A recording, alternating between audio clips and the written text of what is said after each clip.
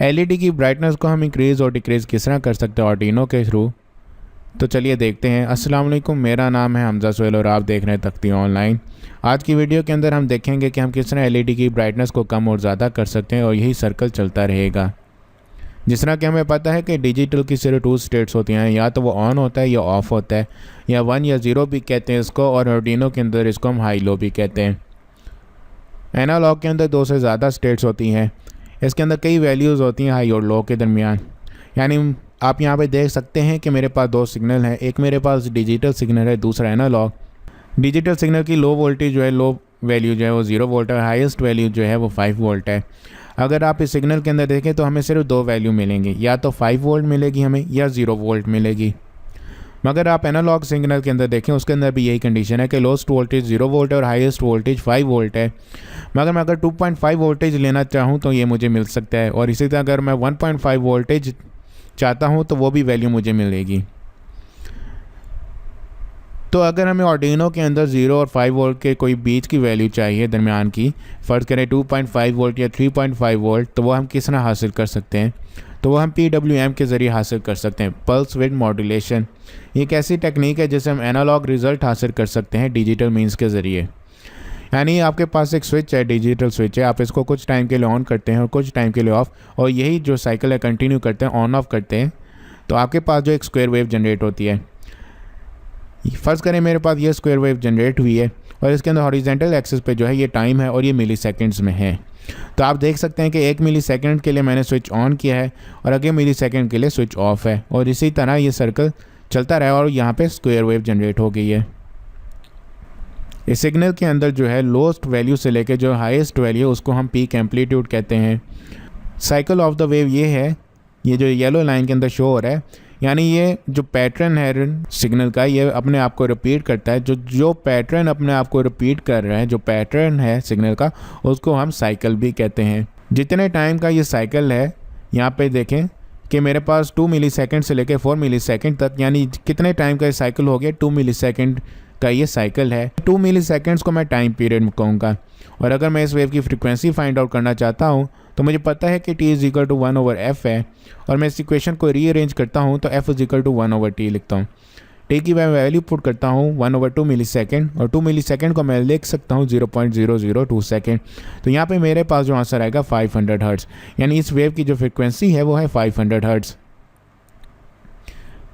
Duty cycle क्या है? Duty cycle ये है कि percentage of time in the period the wave is high.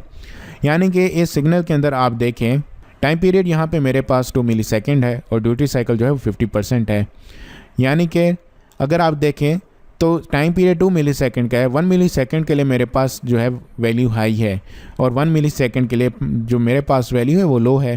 तो इसी तरह ड्यूटी साइकिल जो 50% है, यानी 50% जो है वैल्यू, 50% ऑफ द टाइम जो है वैल्यू मेरे पास हाई है। यहाँ पे हाई वोल्टेज 5 वोल्ट है, लो वोल्टेज 0 वोल्टेज है।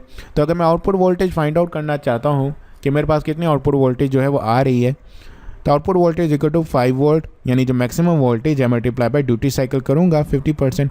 50% को मैं इस तरह भी लिख सकता हूँ 50/100, तो ये मेरे पास 0.5 आ गया, और जब मैं इसको 5 से मल्टीप्लाई कराऊंगा 2.5 वोल्ट मेरे पास आएंगे। कि यानी अगर मैं ड्यूटी साइकिल जो है 50% रखता हूँ तो मेरे पास आउटपुट वोल्टेज जो जनरेट होते हैं वो 2.5 वोल्ट। यहाँ पे देखें कि यहाँ पे ड्यूटी साइकिल जो है मेरे पास 75%, यानी 75% जो है वो वैल्यू जो है वो हाई है, और 25% जो है वो वैल्यू लो है। तो आउटपुट वोल्टेज क्या होगा? 5 volt maximum voltage multiply by duty cycle, तो ये मेरे पास 3.75 वोल्टेज आ जाएगा। आर्डिनो के अंदर जो PWM की पिन है वो स्पेसिफाइड की हुई है। यहाँ पे जो मेरे पास 6 पिन्स ऐसी हैं जिनसे मैं PWM जनरेट करा सकता हूँ। इस पिन के अंदर जो पिन नंबर 5 और पिन नंबर 6 है, इसकी फ्रीक्वेंसी 980 हर्ट्ज़ है, और बाकी तमाम पिन्स की जो है 3, 9, 10, 11 इनकी फ्रीक्वेंसी मेरे पास 490 हर्ट्ज़ है। आर्डिनो के अंदर हम कौन सी कमांड यूज़ करेंगे ड्यूटी साइकिल जनरेट कराने के लिए? तो वह एनालॉग राइट की कमांड। इसके अंदर आपने 2 इनपुट्स देनी होती हैं। इस कमांड के अंदर जो इनपुट है वो है पिन नंबर आपने बताना है, दूसरा आपने इसको वैल्यू बतानी है। यानी कि यहाँ पे वैल्यू जो है मेरे पास 0 से 255 तक है, कि मैं 0 से लेके 255 तक वैल्यू दे सकता हूँ। अब ये 0 255 का क्या मतलब है? यानी कि अगर मैं वैल्यू 0 एंटर करता हूँ तो ड्यूटी साइकिल मेरे पास 0% होगा और वोल्टेज आउटपुट पे मेरे पास 0 वोल्ट्स होगी। इसी तरह अगर मैं 255 वैल्यू एंटर करता हूँ तो ड्यूटी साइकिल मेरे पास 100% होगा और आउटपुट पे वोल्टेज 5% होगी। आप यहाँ पे देख सकते हैं कि 0% के ऊपर मेरे पास 0 वोल्टेज जनरेट हो रही है और 100% ड्यूटी साइकिल जब मैं एनालॉग राइट के अंदर 255 की वैल्यू देता हूँ तो मेरे पास 100% ड्यूटी साइकिल जनरेट हो रहा है और आउटपुट के ऊपर 5 वोल्ट आ रही है। आर्डिनो के अंदर फर्ज करते हैं हम पिन 3 के ऊपर जो है उसको पिन मोड के जरिए उसको आउटपुट डिक्लेयर करते हैं और मैं चाहता हूं कि 1.25 वोल्ट जो है वो जनरेट हो पिन 3 के ऊपर। तो ये मैं किस तरह हासिल कर सकता हूं? तो सबसे पहले तो मुझे ड्यूटी साइकिल कैलकुलेट करना पड़ेगा। मुझे कितना ड्यूटी साइकिल रखना पड़ेगा 1.25 वोल्ट जनरेट कराने के लिए, यानी कि रिक्वायर्ड वोल्टेज जो है हमारी is equal to maximum voltage multiply by duty cycle. Required voltage जो है मेरी 1.25 वोल्ट है और इस सिग्नल के अंदर जो मैक्सिमम वोल्टेज जो है वो 5 volt multiply by duty cycle. मैं इक्वेशन को रीअरेंज करके लिखता हूँ तो duty cycle is equal to 1.25 divided by 5, तो मेरे पास आ रहा है 0.25। जब मैं इसको 100 से मल्टीप्लाई करूँगा तो मेरे पास आंसर आ जाएगा duty cycle is equal to 25%। कि अगर मैं ड्यूटी साइकिल 25% रखूँगा तब मेरे पास 1.25 वोल्टेज जो है वो जनरेट होगी। इसी तरह मैंने वैल्यू फाइंड करनी है कि मैंने एनालॉग राइट के अंदर जो वैल्यू लिखनी है वो क्या लिखनी है, 0 से 255 के दरमियान कौन सी वैल्यू मैं लिखूँगा तब मेरे पास ड्यूटी साइकिल जो है 25% जनरेट होगा। तो required value is equal to maximum value multiply by duty cycle. तो मैंने रिक्वायर्ड वैल्यू फाइंड करनी है। मैक्सिमम वैल्यू का मुझे पता है कि मैं 255 तक दे सकता हूँ और ड्यूटी साइकिल कितना है 25%। तो 25 डिवाइडेड बाय 100 और 0.25 मल्टीप्लाई 255 तो मेरे पास आंसर आ रहा है 63.75। तो ये नियरली इक्वल टू है 64, यानी कि मुझे 64 वैल्यू देनी पड़ेगी एनालॉग राइट के अंदर तब मेरे पास 25% ड्यूटी साइकिल जनरेट होगा और मेरे पास रिक्वायर्ड वोल्टेज आएगी 1.25 वोल्ट। आप यहाँ पे देख सकते हैं कि 0% ड्यूटी साइकिल जनरेट होता है जब एनालॉग राइट 0 करते हैं और जब एनालॉग राइट के अंदर 64 वैल्यू देते हैं तो 25% ड्यूटी साइकिल। इसी तरह 127 वैल्यू पे 50% ड्यूटी साइकिल, 191 के ऊपर 75% ड्यूटी साइकिल और 255 के ऊपर 100% ड्यूटी साइकिल। PWM हम कहाँ इस्तेमाल कर सकते हैं? हम ये मोटर की स्पीड को कंट्रोल करने के लिए इस्तेमाल कर सकते हैं कि हमने मोटर की स्पीड ज़्यादा करनी है या कम करनी है। हम LED की ब्राइटनेस को कंट्रोल करने के लिए PWM यूज़ कर सकते हैं और सर्वो एंगल को कंट्रोल करने के लिए हम PWM इस्तेमाल करते हैं।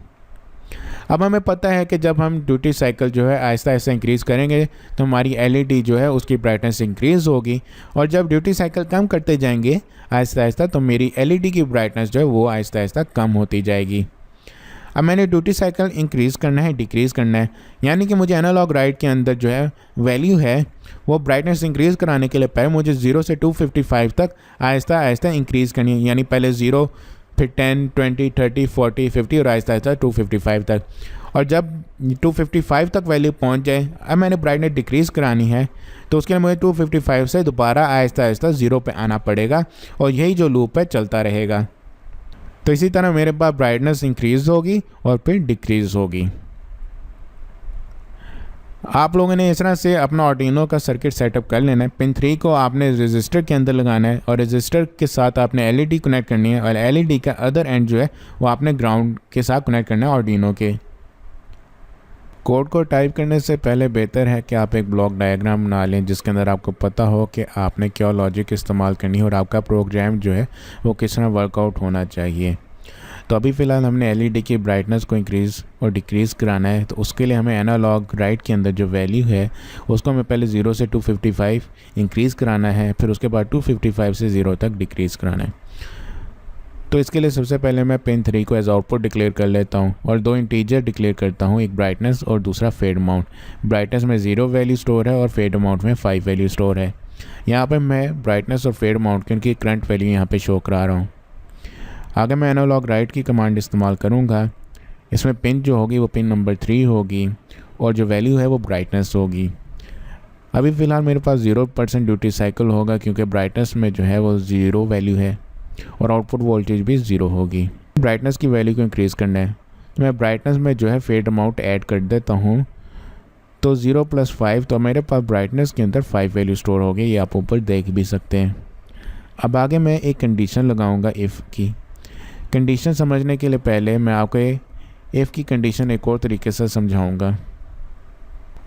फ़र्ज़ करें आप एक रोलर कोस्टर लेना चाहते हैं, मगर उससे पहले जो एक साइन बोर्ड लगा हुआ है जिसके ऊपर लिखा हुआ है कि if your height is 4.5 foot और above you can ride roller coaster, otherwise not. यानी यहाँ पे एक इफ़ की कंडीशन लगी है। अगर आप देखें इफ़ की कंडीशन लगी हुई है, इफ़ इस्तेमाल हुआ है, और दूसरा एक ही कंडीशन किस पे लगी है, हाइट पे लगी है। और हाइट के ऊपर अब क्या कंडीशन लगाई है उन्होंने, वो लगाई है कि 4.5 फुट से ज़्यादा या 4.5 फुट के बराबर आपकी हाइट होनी चाहिए। अगर ये कंडीशन ट्रू हो जाती है, आपकी हाइट इस रेंज में है, तो आप रोलर कोस्टर को राइड कर सकते हैं।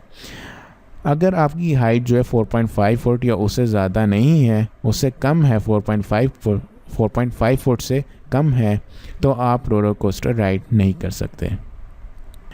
तो इसी तरह यहाँ पे भी मैंने एक इफ़ की कंडीशन लगाई हुई है ब्राइटनेस के ऊपर कि अगर ब्राइटनेस की वैल्यू ग्रेटर देन और इक्वल टू 255 है या फिर ब्राइटनेस की वैल्यू लेस देन और इक्वल टू 0 है, तो अगर ये कंडीशन जो है ट्रू हो जाती है तो मेरा प्रोग्राम क्या करेगा, और अगर ये कंडीशन फॉल्स हो जाती है तो तब मेरा प्रोग्राम क्या करेगा। तो फ़िलहाल अगर आप यहाँ पे देखें तो हमारी कंडीशन जो है फॉल्स हो रही है क्योंकि ब्राइटनेस के अंदर 5 वैल्यू स्टोर्ड है। तो अगर फॉल्स होती है कंडीशन तो मैं चाहता हूँ कि सिर्फ एक 30 मिली सेकेंड का डिले आए, प्रोग्राम जो है वो दोबारा एनालॉग राइट पे चला जाए। अब जब वो एनालॉग राइट की कमांड रन होगी तो वो देखेगा कि ब्राइटनेस में अब 5 वैल्यू स्टोर है, तो अब 0% ड्यूटी साइकिल नहीं होगा बल्कि उससे थोड़ा सा ज़्यादा होगा।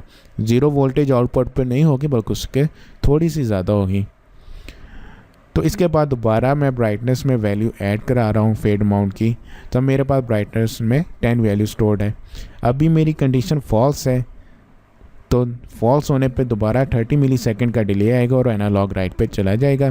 तो अब जो एनालॉग राइट के ऊपर जो ड्यूटी साइकिल होगा, वो जो वैल्यू होगी वो 10 वैल्यू पे ड्यूटी साइकिल जनरेट होगा। तो यानी आप यहाँ पे देख सकते हैं कि वैल्यू जो है वो 0 से आहिस्ता आहिस्ता बढ़ रही है और ड्यूटी साइकिल भी हमारा बढ़ रहा है। इसी तरह जो है ये सर्कल चलता रहता है यहाँ तक कि आपके ब्राइटनेस में वैल्यू जो आती है वो 255 हो जाती है, उससे ज़्यादा हो जाती है। तो अब जब हम कंडीशन पे आएंगे तो हमारी कंडीशन ट्रू हो रही है क्योंकि हमने रखा था कि ब्राइटनेस की वैल्यू अगर 255 से जो है वो ज़्यादा या उसके इक्वल है तो तब क्या होगा। तो अभी हमारी ब्राइटनेस की वैल्यू 255 के इक्वल है, तो हमारी कंडीशन ट्रू हो रही है। तो अब मैंने ब्राइटनेस की वैल्यू को कम करना है, यानी कि मुझे सब्ट्रैक्ट करना पड़ेगा। तो इसलिए मैं फेड अमाउंट को अब एक नेगेटिव नंबर कर दूंगा, यानी fade amount is equal to minus fade amount. अब मेरे पास फेड अमाउंट में 5 के बजाय -5 स्टोर होगा और इसके बाद दोबारा 30 मिली सेकेंड का डिले लाऊंगा और दोबारा एनालॉग राइट पे चला जाएंगे। तो अब जब ब्राइटनेस की कमांड पे आएंगे तो अब फेड अमाउंट में एक नेगेटिव वैल्यू है, यहाँ पे ब्राइटनेस 255 में से -5 होंगे तो मेरे पास वैल्यू 250 हो जाएगी। तो इसी तरह जब हम कंडीशन पे आएंगे तो हमारी कंडीशन दोबारा फॉल्स हो जाती है। हम दोबारा एनालॉग राइट पे जाएंगे और अब यहाँ पे ब्राइटनेस की जो वैल्यू होगी, यानी जो ड्यूटी साइकिल जनरेट होगा वो 250 वैल्यू पे होगा।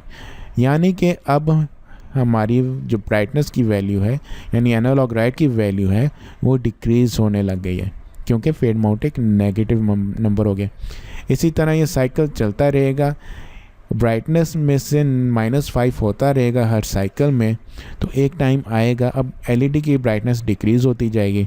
एक टाइम आएगा कि आपकी ब्राइटनेस में 0 वैल्यू है या 0 से कम है, तब दोबारा इफ़ की कंडीशन पे आएंगे तो कंडीशन ट्रू हो जाएगी क्योंकि ब्राइटनेस इज़ लेस देन और इक्वल टू 0 है। तो कंडीशन ट्रू होने पे अब फेड अमाउंट को मैंने एक पॉजिटिव नंबर बनाना है, पॉजिटिव नंबर स्टोर कराना है। तो मैं इसको दोबारा माइनस फेड अमाउंट करूँगा तो minus multiply by minus is equal to होता है पॉजिटिव।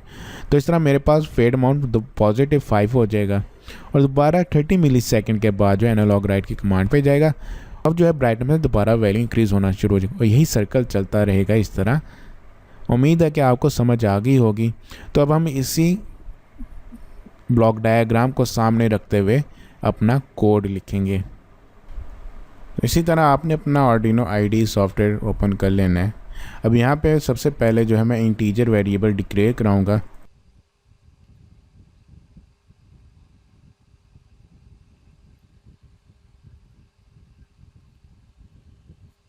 जिस तरह हमने ब्लॉक डायग्राम में डिक्लेयर कर था, हमने वैसे ही इंटीजर वेरिएबल जो है वो डिक्लेयर कर दिए हैं। अब हमने पिन 3 को जो है एज आउटपुट डिक्लेयर करना है, तो उसके लिए पिन मोड की कमांड यूज़ करेंगे। इसके बाद हमने ब्लॉक डायग्राम के अंदर अपने एनालॉग राइट की कमांड इस्तेमाल किया, हम वो लिखेंगे। अब हमने ब्राइटनेस की वैल्यू को इंक्रीज़ करना है। हमने बेसिकली यहाँ पे जो इस्तेमाल किया है brightness is equal to brightness plus fade mode, तो वही हम यहाँ पे लिखेंगे।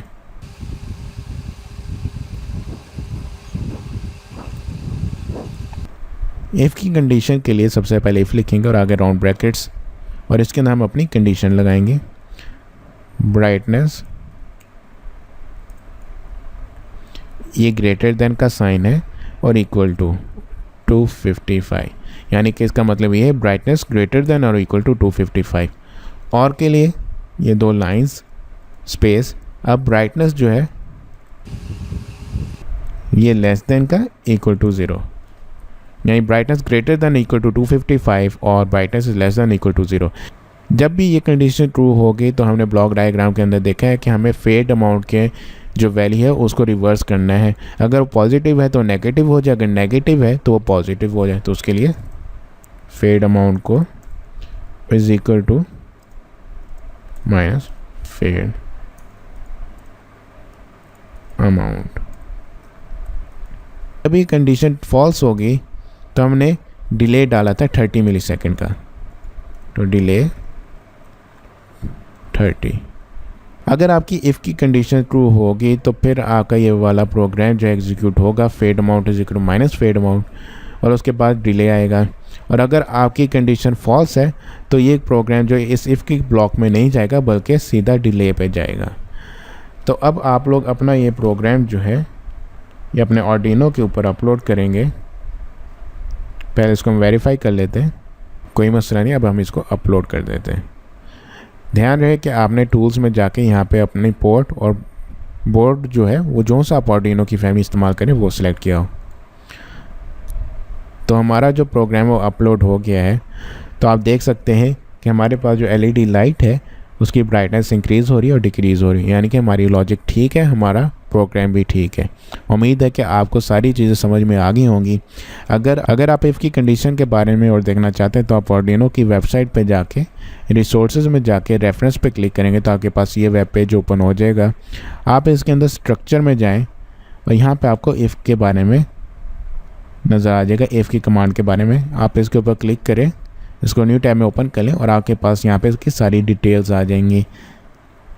इसी तरह जो हमने लेस देन और इक्वल टू यानी कंपैरिजन ऑपरेटर इस्तेमाल किए हैं उनके बारे में यहाँ पे इंफॉर्मेशन दी हुई है। ये हमने कंपैरिजन ऑपरेटर इस्तेमाल किया ग्रेटर देन और इक्वल टू। ये ग्रेटर देन है, अगर हम इज इक्वल टू का साइन नहीं डालेंगे।